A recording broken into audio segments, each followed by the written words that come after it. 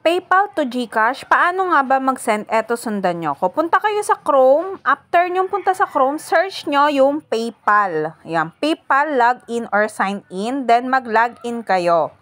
Pag naka-sign in na kayo at nakita nyo na ang pera nyo ay $sign pa. So ngayon, kailangan natin siyang i-convert sa peso. Sundan nyo. Sa PayPal balance, punta ka doon sa may 3 dots. Pundutin mo yung nasa kanan na yan. Pagkapindot, manage currency.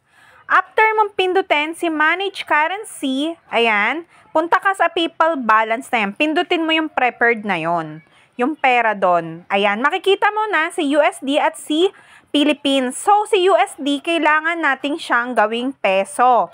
Ang una nating gagawin, puntahan mo ulit yung tatlong tuldok sa kanan ni $sign. Yun ang pipindutin mo, guys. Ayan, pagkapindot nyo, guys, punta ka sa convert currency. Ayan. After sa convert, syempre, Philippine peso tayo, punta tayo sa Pilipinas na pera. Para madala natin sa GCash. Then, ilagay mo dyan sa may taas kung magkano yung $sign. So, kung gusto mo lahat, $27.99, kunin mo siya lahat. Iayos mo.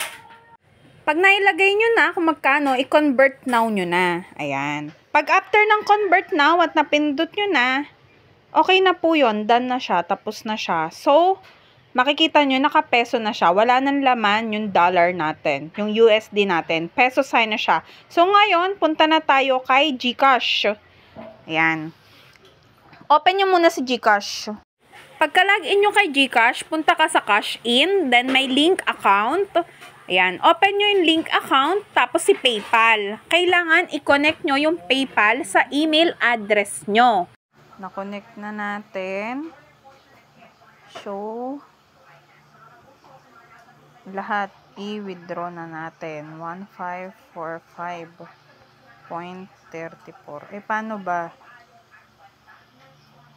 Ay, may ano pala, 1545 de. Minus 15. 1530. Tama ba? Yun. Tapos, next. 530. Then proceed.